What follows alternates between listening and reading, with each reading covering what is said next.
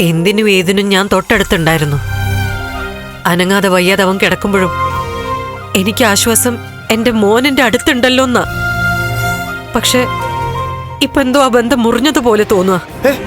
അങ്ങനെയൊന്നും ചിന്തിക്കരുത് മാഡം. സത്യമായിട്ട് പറയാ, എന്റെ മനസ്സിൽ നിന്ന് ആരോ പറയുന്ന പോലൊരു തോന്നല്.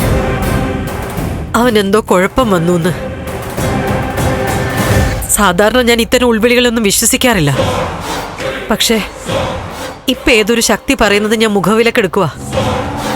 അവൻ എന്തോ പ്രയാസം വന്നിട്ടുണ്ട്. ഋഷിക്ക് ഒന്നും സംഭവിക്കില്ല മാഡം, നോക്കിക്കോ. നാളെയോ മറ്റന്നാളോ വിളിച്ചിരിക്കും. അതൊക്കെ ശരിയാ.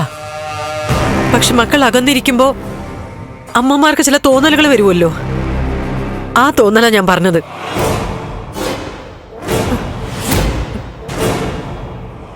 എനിക്ക് എന്റെ ഋഷിയെ കാണണം സിപ്പി, എത്രയും വേഗം.